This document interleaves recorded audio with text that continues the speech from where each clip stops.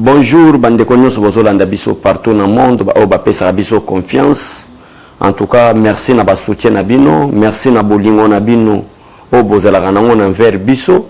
Biso na bino to fana nanu te to monana te kana musika na confiance bino bo pesa biso na bolingo bo memela biso nde yangwana na zui initiative ke egoleka inapercité. Donc il faut bateau nyonso balanda biso bazaka abonné na biso bolanda biso na nzela face à la caméra na sango ya Congo. Vraiment merci na confiance talaka bolanda monene na biso te, bolanda mukuse na biso te, bolanda mwindo na biso te, mais bolanda intérêt mboka ofandi vraiment na ndako na bana ozolanda. Merci vraiment na ba orientation, merci na ba correction bisiko biso tozako bebisa à cause na bino ne tozo changer bisiko tozalaki koloba mabe na ba commentaire na bino na ba remarque na bino nde yango na zo biso to changer. Lelo na yego talisa bino lisolo ya Congo. Na yeto sur la bino le Congo. Quel est le problème du Congo? On est à le deuxième titre obiso to reçoit pour par rapport au problème du Congo, mais yambo teto comment na quel est le problème du Congo? Titre à monene pourquoi les deux membres de la Cour de cassation n'ont pas prêté le serment? Quelles sont les causes et repousser bango pas prêter serment? Parce que et c'est le peuple balanda kabiso. Juge mi balé au bazalaki na cour constitutionnelle, c'est-à-dire juge Kilomba na juge Jean Ouru récemment nommé parce que na cour constitutionnelle ils étaient nommés par l'ordonnance présidentielle na régime ya Joseph Kabila. Jusqu'à présent petit à petit avec président Félix Tshisekedi tozana ko même arrangement. Mais c'est récemment que le président de la République a outi ko longola bango na cour constitutionnelle a nommé bango na cour de cassation. Bango siko ba juge wana mi balé bao balanda biso na face à la caméra na sango ya Congo ba juge mi balé quels sont leurs noms? Juge Kilomba na juge Ouru balobi que président de la République a violé constitution moye bango ba travailler ezalité na cour de cassation. Mais na ko anticiper na yebisa bandeko balanda biso ke non awa to uti ko landa na compte Twitter ya Sonia Roley o aza journaliste ya RFI a uti ko loba ke ba juge wana basengi déjà pardon batie ba commenter ba remercier chef de l'État bazotigela na sous ordre ya président de la République. Alors biso to lito commandant na lettre na bango na te mais to lito basé na lettre o bango ba komela ki chef de l'État pour na koloba que l'article 158 de la Constitution, devant moi j'ai la Constitution de la République démocratique du Congo, l'article 158 de la Constitution a été violé par le président de la République ndenga longoli bango na cour de constitutionnelle pour être amemba bango na cour de cassation. Et prestation à serment et Salemaki depuis le mardi. Je crois aujourd'hui c'est mercredi. Donc Salemaki depuis le mardi. Mais les deux personnes au bazar na cour constitutionnelle na Utotanga Kombo, bango baboy na bango prêter serment. De yamone ne poussé biso na bandeko balanda biso partout na monde. Bandeko ba seperana biso, bandeko balinga intérêt général, intérêt amboka na bango, intérêt à la nation congolaise. Ba qu'est-ce qui se passe en République démocratique du Congo? Na kati ya lettre na bango oba komeli président de la République pour na se présenter te na nini na prestation à serment pour te baba na musala bango ba komeli président de la République lettre balubi ke biso mandat na biso il faut après 9 ans selon règlement d'ordre intérieur na bango selon la constitution de la République démocratique du Congo. Il faut que le président de la République puisse patienter après 9 ans pour être nommé bango parce que balubi ke mandat à cour constitutionnelle ezalaka 9 ans non renouvelable. Ndena yango bango balubi ke le président de la République a violé la constitution à son article 158. Alors na lingi to bandana na article 158 oyo lettre oyo monsieur Kilomba akomaki na monsieur Ouru pona kolbake le président de la République a violé la constitution. Que dit l'article 158 de la constitution? Bango balobaki que le président de la République a violé l'alinéa 3 de l'article 158 de la Constitution. Maintenant, que dit l'article 158 de la Constitution? La Cour constitutionnelle comprend 9 membres nommés par le président de la République, dont 3 sur sa propre initiative, 3 désignés par le Parlement réunis en congrès et 3 désignés par le Conseil supérieur de la magistrature. Les 2 tiers des membres de la Cour constitutionnelle doivent être des juristes provenant de la magistrature, du barreau ou de l'enseignement universitaire. Alinéa 3. La Cour constitutionnelle est renouvelée par la Cour constitutionnelle est renouvelée par tiers tous les 3 ans. Toutefois, lors de chaque renouvellement, il sera procédé au tirage au sort des membres par groupe. Voilà, ça c'est l'article 158. On va des juges évoquer dans la lettre de la Constitution pour la Constitution a été violée par le président de la République en nommant des juges de la Cour constitutionnelle. Mais quel est le problème que je voulais étaler maintenant dans le peuple balandarabiso? Est-ce qu'il y a-t-il vraiment la violation de l'article 158? Moi, je réponds clairement à le peuple balandarabiso, non. Le président n'a pas violé la Constitution de la République démocratique du Congo.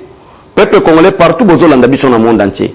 Et c'est le problème du Congo, ce n'est pas la politique. Mais le problème du Congo, c'est la Constitution. Nous devons modifier cette Constitution. Avant, sur le dernier point, nakoya nakati ya Constitution, pourquoi nous avons révision de la Constitution de la République démocratique du Congo. Nous devons changer ça. Makamunyo so basalaka na bakora lemera, baya kozwa ba principe nango batiango nakati ya Constitution. C'est pour cette raison-là, avant na si salikamo na waya oyebisa bino ke esengeli to sala révision constitutionnelle pour temboka na biso ekende liboso. Mais na lingi nazwa quelques exemples parce que quand le président de la République a nommé Batou, wanande bata FCC bake au piéger Batou, bake au somba Batou na mbongo, le président de la République a violé la Constitution. Mais avant que Félix Tshisekedi soit le chef de l'État aujourd'hui, c'était Joseph Kabila, le président de la République. Oyo azalaki ko nommé ba juge, azalaki ko nommé ba magistrat. Oyo etikala na ba nomination na ye, monsieur etikala ko la jurisprudence ya République démocratique du Congo na domaine ya appareil judiciaire. Mais na repère ça exemple moko. Pour être peuple congolais alanda banketo biso to sali. Bande ko nanga partout na monde. Famille ya munene ya ba congolais o balanda biso na mokili mobimba. Le président de la République tant nommé na dossier na biso o biso to sur la titre munene. Pourquoi ces deux juges n'ont pas pu prêter serment pour te banda na musala? Ba conséquence ni ne kolanda ba onde ya ngwa to limite pesa quelques exemples illustratifs pour le peuple congolais à comprendre est-ce que c'est réellement le président de la République a violé la Constitution ou il n'a pas violé la Constitution. Na banquette biso to sali to yeko remarquer que Cour constitutionnelle est bandi ko fonctionner parce que à l'époque Cour suprême ils avaient joué plusieurs rôles. Ils avaient joué rôle la Cour de cassation, ils avaient joué rôle la Cour constitutionnelle, ils avaient joué rôle la Conseil d'État. Nous soyons mo bikabona na 3 parties. Alors, quand on va créer une cour constitutionnelle, na banquette biso to sali. Pour être megana ko recadrer des juges oyo, basant au niveau de la cour constitutionnelle, ba oyo, ba le biais le président de la République avait violé la Constitution. Na banquette biso to ko sala. To ke au monde qu'il y avait une date. Cette date c'est quelle date? C'est le 7 juillet 2014 où Joseph Kabila était encore le président de la République Namboka oyo. Joseph Kabila alors président de la République a nommé qui parmi les 9 juge ya cour constitutionnelle 3 ya kota naï comme ndenge na solo la rabino na organisation ya cour constitutionnelle bon on a été basala une composition il y a 9 juges na sur 9 juges le président de la République en tant qu'une institution la première institution de la République envoie des juges 3 juges le parlement réuni en congrès c'est-à-dire l'Assemblée nationale et le Sénat envoient 3 juges le conseil supérieur de la magistrature envoie 3 juges. Mais le 7 juillet 2014, na quota ya Joseph Kabila, à l'époque où il était le président de la République, a nommé na quota na 3 personnes, 2 juges, au exemple, par rapport à Oyo Sale Masikoyo, na ordonnance président de la République, en nommant les hauts cadres de les hauts magistrats de la République, Oyo mi balende, tous les solo na bango baboy ko prêter serment. Joseph Kabila est président de la République, na quota na ye, ce quota est constitutionnel, en nommant qui comme juge na cour constitutionnelle.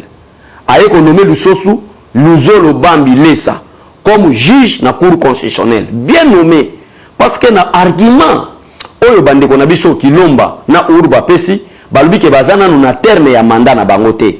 Le président devrait patienter tina terme mandat na bango, ba koma na suka. Dans ce cas, c'est le bango, par lui que le président de la République a violé la Constitution. Or que moi j'ai dit non, c'est faux et archi faux.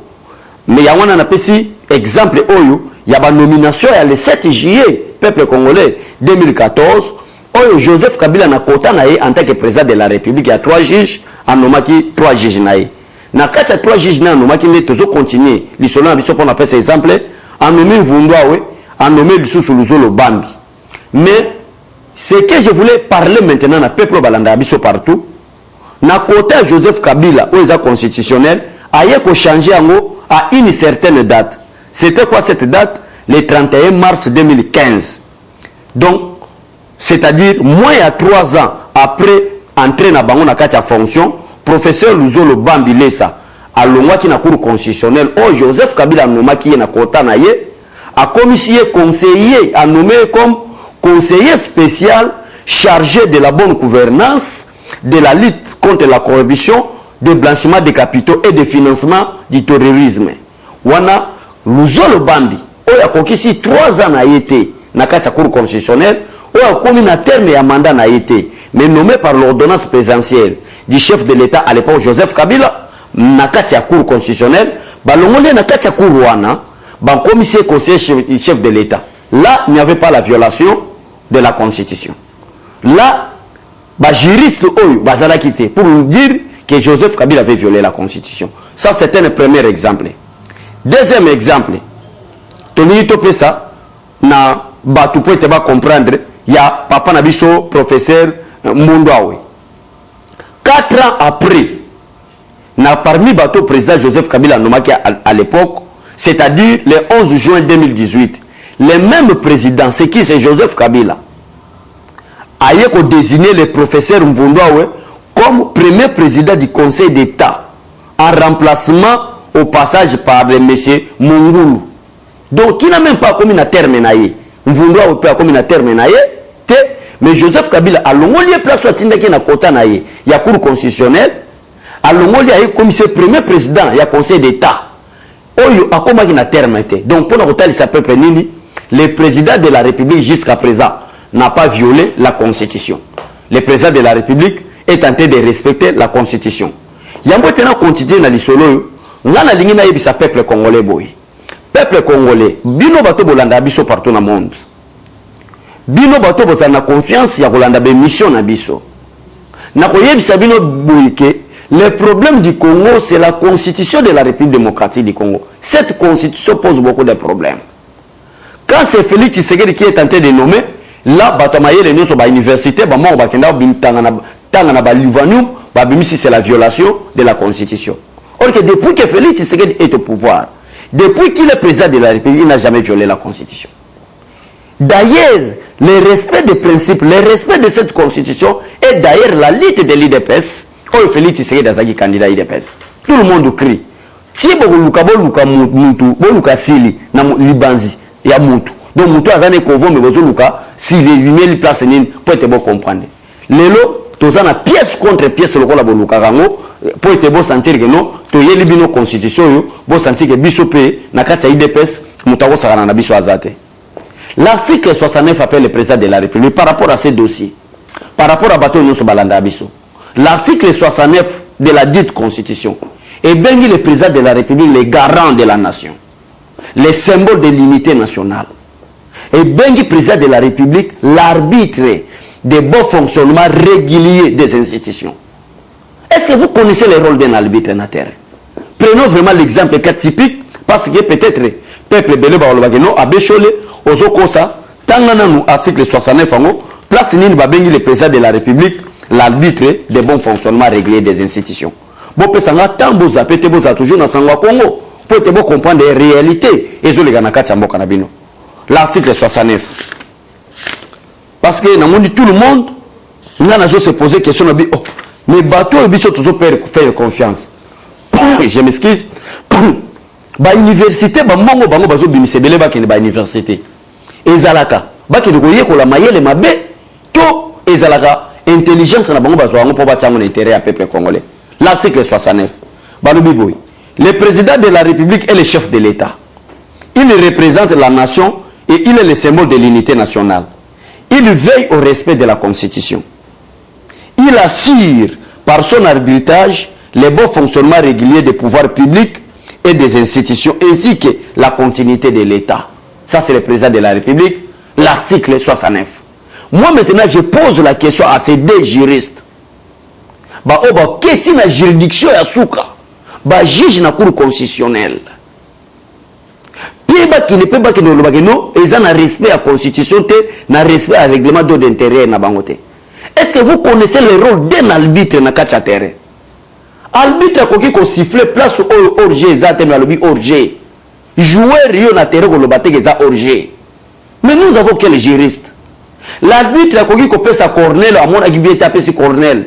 Na lobby que toujours défendre na ndenga mabe. Vous devez savoir, vous le peuple congolais, na deux messieurs oyo ba ucho boya ko prêter serment que le chef de l'État, quand je parle du chef de l'État, il ne faut pas voir seulement président Félix Tshisekedi. Le président Félix Tshisekedi a ko longa na pouvoir na ye. Tozui Jean-Marc Kabunda comme président de la République, azalaka chef de l'État.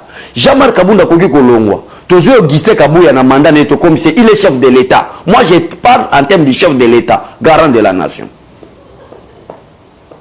Il est le garant. Mais constitution mobile mo élaboré qui. Alors ndena yango wana bozwa komona ke bato wana baboyi ko prêter serment. Bandeko bazolanda biso partout dans le monde. Bandeko basepelaka na biso. Bandeko oyo bafandaka vraiment ba 8 ans na bango bayeba makambo ezoleka na mboka na bino. Na mboka na bango. Ngana koyebisa bino, il n'y a pas de choses graves. Peut-être batebele ba poser question ba lui mais abe chole. Lokola bato wana ne bazana ba prêter serment, les conséquences ezanini. Conséquences ezali kaka moko du fait que ba prêter serment ba komi ba chômeur. Ordonnance à président de la République ozo isabango lisusu na cour constitutionnelle té. Du fait que le président a déjà nommé Batouana et Obiso Tokozela na bango la démission. Et l'autre mususu a rozalizate ba kominde ba chômeur. Nena yangwana par rapport à tweet ya Sonia Rollet aye ko comprendre que ba juge ngo ba ko comprendre ba sala ki erreur ba linga ba prêter na serment après ba sala recours. Nde amona deuxième lettre na bango ebimi o ya ko remercier chef de l'État. O ya ko loba ke to tika la na disposition chef de l'État. Parce que ba zoni kati na bango antake bato. Balandeli malambo balandi be mission ni to attaquer bango nde ba ko sala deuxième lettre parce que première lettre na bango o ba komela ki président de la République ezala ki ko lobete le président violé l'article 158 na loi organique ya cour constitutionnelle. Mais deuxième lettre na bango wuti ko bima c'est le tweet ya Sonia Rollet na deuxième lettre na bango maintenant ba ko loba que nous restons na disposition à chef de l'État parce que ba comprendre que décision bango bazwa ki ya ko prêter serment et ça lui était comme un chômeur et ça lui était président de la République à revenir sous na ba décision te que bazong ndé ya la deuxième lettre na bango et ça pour été baluba ke bazana disposition ya président de la République wana ezaki dossier oyo tolinga to partager na bino na premier dossier na biso o tolinga to so na bino dossier à des juges o ba prêta ki sermenté voilà conséquences za ngwana pour na koyebisa peuple congolais que bango ndenge bazali wana ba komi na bango déjà ba chômeur. Deuxième dossier. Deuxième dossier, ça la déclaration, il y a un déco Basile Olongo, ancien ministre de l'Intérieur, où il y a le but les élections devront avoir lieu en 2030 et le président Félix Tshisekedi restera en fonction jusqu'à 2030. L'article 70 de la Constitution alinéa D. Ce qui nous a sali repentance, ce n'est pas un problème. Ndena ya wana peuple congolais Basile ça a raison. Na molimo tokene na mboka na biso wapi. C'est le président de la République qui restera en fonction. Ndena ya wana ipsa bino mikomo au terme comme pièce contre pièce. Tango Mende azalaki koloba ete le président de la République Joseph Kabila restera en fonction. Est-ce que bato ide pesa bazalaki kolela? Tolela kité. C'est contre dossier pièce contre pièce. Biso peto yelbino article 70. Et c'est ngeli to kene na recensement. Et c'est ngeli to identifier peuple congolais. Et c'est ngeli to identifier administration publique. Et c'est ngeli to identifier armée. Et c'est ngeli recensement au réellement recensement. Ça peut nous prendre 5 ans, 6 ans. Et ça peut des choses ou alors est-ce que moi que kokoya sans que l'on likolo qui t'a parce que to recensement 6 ans. Comment ko faté depuis to lobaki l'article 69 na zone sibino na sima. La continuité des affaires d'État. La continuité, mboke kufate, peut-être aucun recensement. Mboke ko bebate. l'article 70 alinéa 2, le président de la République reste en fonction jusqu'à l'installation effective du nouveau président élu. Donc Félix Tshisekedi a reçu pouvoir na corté, a reçu pouvoir na élection organisée passation pacifique de celui qui a reçu pouvoir. On est à côté la mère mais de ce botunier, à une expérience wana ya ko répondre biso malam. Wana dossier la mise en liberté de Vital Kamerhe.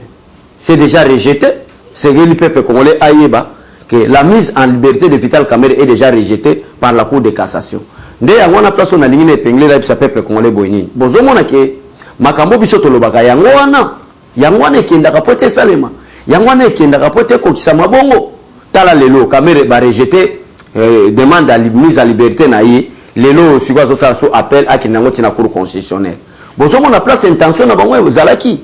Vous comprenez de place où il juge où il sali bango passi ndenge balongwe na cour constitutionnelle parce que selon mes analyses na moni que bazalaki na même plan na même coup na Benoît Luamba na ces deux juges comment est-ce que zo sala bango passi après ba yego recommander que basalaki mabe ba remercier président de la République et c'est le peuple a pesa biso confiance peuple a lingaka biso voyez que c'est aujourd'hui la Cour de cassation a tranché dossier à Vital Kamerhe, donc mise en liberté provisoire, il y a Vital Kamerhe, il y a quelqu'un qui n'a un appel, après ça, il y a deuxième appel, la Cour de cassation et comme Inasuka. Or, la Cour de cassation, ils ont dernière juridiction, n'a pas droit à Nabiso.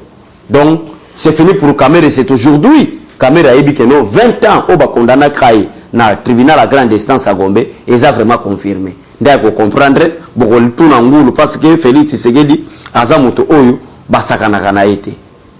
Peuple congolais, aujourd'hui, et Sengeli Binobo le Boyeba, pour te clôturer, à toi, dernier dossier Nabiso, et Sengeli Boyeba que Kalev Mouton a révoqué définitivement en tant qu'agent, il y a service, il y a ANER, Agence nationale de renseignement. ANER, aujourd'hui, de Kalev Mouton a révoqué définitivement. Donc, tant que vous avez un air, parce que vous avez un service de carrière. Malgré comme qui n'a top comme directeur général et renseignement, mais en tant que matriculé d'État, membre en air, en tout cas, Azali révoqué. Pourquoi Kalev Mouton d'Azali révoqué? Botala qui nous peuple congolais, Botala Makamama B, Ozako Manambo Nabiso. Est-ce que le peuple congolais bino biso, bino batolanda Rabiso? Peut-être Bamoussous Bafinga Rabiso, peut-être Bamoussous mais peut-être na terme, au lieu de prononcer mal. Et le comment na ndenge rapidité obimisa na ndenge mabe peut-être batmuso babandi ko taba commentaire ko finga mais sengeli boye baboy est-ce que bozoye ba que service ya en air et ça la service armé dès que vous êtes agent en air au carte d'électeur dès que vous êtes agent en air élection au voter c'est comme des militaires service ya en air vos monde mais tala muto comme tina niveau ya directeur général ya en air Nazo que de la marche, il y a parti politique. Imaginez-vous un peu. Mboka na biso ezako keneni. Mboka ils allaient qui dirigé par qui? Directeur ya ANER. Ou azala qui quoi sireté à l'état. Ou azala ba secret ya l'état. Ou azali numéro 1 à renseignement na République démocratique du Congo. A que ne marche il y a un parti politique. Muto azala ba secret à l'état na maboko. Kalev Mouton a été révoqué à commission maire. Ce n'est pas le problème du président Félix Tshisekedi. Tout le monde comprend que le problème est à Congo. Et Zala qui Batebele Baza, Patumoro ba respectera, ba précipité, les loyaux, Kalev Mouton, Azali rejeté et révoqué définitivement parce que à Kenya qui la marche n'a parti politique étant cadre, agent et cadre, il y a service, il y a renseignement, Autobengabongo ANER, qui est le renseignement numéro 1. Ou va détenir va secret à l'État à Koki Kokine la partie politique de mon côté à qui nous ça la marche puis ils ont réclamé que tout ça la marche vraiment c'est pitoyable pour notre pays il a été révoqué na limina comment dossier à sous la place toujours chité angwana pourquoi j'ai parlé que le problème du Congo c'est la constitution je crois bien que Arnaud n'a évolué mais ça va donc pourquoi n'a pas que le problème de la République démocratique du Congo Congolais, pensez monsieur. Mais c'est le président de la République. Constitution, encore nous sommes signé dans les mera. Encore nous sommes Kabila signé dans les mera. Bazoango, batia ango na kacha constitution oyo. Zela nazo révélé bino eloko moko. l'article 217 il y a constitution. Oyoka article 217 il y a constitution. C'est la raison pour laquelle nous avons adressé directement à la présidente de la République. Nous devons revoir notre constitution. Notre malheur est allé dans la constitution de la République démocratique du Congo. Accord ya Lemera, balongo lengo accord ya Lemera, ba yiko tsango na kati ya constitution de la République démocratique du Congo. Article 217. Tout en article 217 pour que peuple congolais à comprendre que makambo biso tozoloba, on fait vraiment des recherches pour que mboka na biso et kende liboso. Article 217 bomona place nini mboka na biso ezalaki ko kende, mboka na biso lingaki suka wapi. Peto lingato toloba nini pona mboka na biso. Namoni article 217 tokoki kotanga yango. La République démocratique du Congo peut conclure peuple congolais landa malamu na article yo. Place ozo comprendre que ça donc babiloko nyoso zomona o M23 RCD Goma MLC babiloko nyoso za komona wana ezalaki babiloko ya ba Lemera comment balkaniser la République démocratique du Congo alors bazwa makamura bango akor wana. Le fait que c'est Joseph Kabila ou azalaki muto azalaki kokokisa mission ya makambo te esalemaki na kora Lemera bazwaki yango batiango na kati ya constitution de la République démocratique du Congo. Nde yango na lingina sala bino texte moko attentivement bolanda pourquoi na adresser message na président de la République que esengeli to banda kotanga constitution article par article lettre par lettre to comprendre oh ni nezolo ba pour l'intérêt peuple congolais oh ezolo bizala pour l'intérêt peuple congolais to bafoua ngo libanda. Article 217 et le biboé la République démocratique du Congo peut conclure des traités ou des accords d'association ou de communautés comportant un abandon partiel de souveraineté en vue de promouvoir l'unité africaine. Na bandeli ba onyoso bazalaka près ya président de la République ba congolais onyoso bazana souci ya mboka na bango esengeli boyeba total la constitution na biso parce que le malheur du Congo ce n'est rien d'autre. La politique nous avons déjà réussi avec l'IDPS. Aujourd'hui le président Félix Tshisekedi est à la tête du pays. L'économie avec Félix Tshisekedi ça marchera. Mais la constitution là c'est notre malheur, c'est notre problème. T'as la place ba yako zabiso. Na bandeli texte malamu peuple azolandanga à partager permission pour être makambo kende liboso. La République démocratique, ça c'est la constitution. Je lis la constitution de la République démocratique du Congo à son article 217. Nde na fongo lito tanga bo comprendre makambo tozo sala et ça vraiment ba recherche madame tozo sala. La République démocratique du Congo peut conclure des traités ou des accords d'association ou de communautés comportant un abandon l'anda malam peuple congolais comportant un abandon partiel de souveraineté en vue de promouvoir l'unité africaine. Na lo bango na linga la malamu pour être peuple congolais à comprendre pourquoi na lobby que le malheur du Congo c'est cette constitution. Ba koro bokenda ko signer kuna ko balkaniser la République démocratique du Congo. Ba koro emela Laurent Désiré Kabila kota na sa mabele. Nde ba koro wana yango wana ndei. Bazu yango bati yango na moko ya ba article ya constitution de la République démocratique du Congo pour na ba intérêt égoïste. Article yango ezanini eza article 217. Or surtout la constitution de la République démocratique du Congo, la souveraineté de l'État appartient au peuple, c'est nous peuple souverain à l'État zamaboko na biso. Mais pour na kokokisa ba besoin na bango, pour na kokokisa l'objectif na bango ya ko balkaniser la République démocratique du Congo, bazu accord ya Lemera. Bayoko tiango na article 217 ya constitution, place on atangi balobi que la République démocratique du Congo peut conclure des traités ou des accords d'association ou de communautés comportant un abandon partiel de souveraineté en vue de promouvoir l'unité africaine. L'unité africaine, c'est de promouvoir. Il faut seulement la République démocratique du Congo. Il faut seulement la République démocratique du Congo. Combien de présidents il y a des pays puissants au monde? Dernièrement, la francophonie, on a dit si c'était Sarkozy, si c'était qui? Bayawa. Hein? Si c'était Hollande. Bayawa. Pas Sarkozy. C'est une déclaration. Moni biso peuple congolais quoi tout ça ba muto to za banyama. Yo président mboka mususu oya na mboka bato ba congolais sengeli baza motema minene pour comprendre que richesse on nzamba pesa ngo bakabola ngo na bato. Non. Pourquoi baloba bongo? Parce que bazo ba corps na bango ba chango na article 217. C'est-à-dire en d'autres termes na 4 articles au peuple congolais, mais sengeli bo retenir nini? Et sengeli bo retenir boye pour être Afrique ezala na kimia. Pour être Congo ezala na kimia na ba corps na bango ba lemera. Bazo article bako na bango balemera comme je viens d'expliquer batiango na article 217 pour on a koloba ete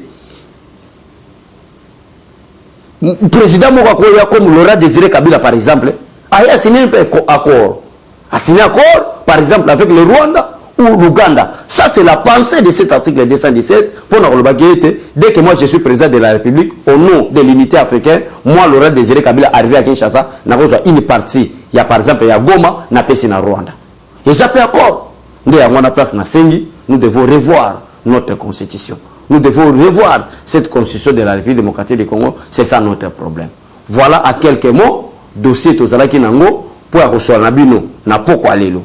Bon pesa kabiso confiance ebele. Bozala ke confiance na bino et koleka nango inapercité. Bon tiemi tema na place malamu à chaque fois information zo senga. Tokoleka face à la caméra pour nous expliquer bino comment va le pays.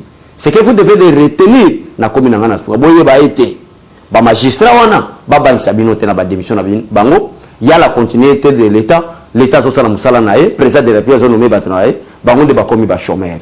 Merci na bande ronu so ba pesa biso confiance. Maman Élysée moi c'est à Romabi, maman Jacqueline Elungu, maman Prudence Mbombo, vous allez vraiment ebelé.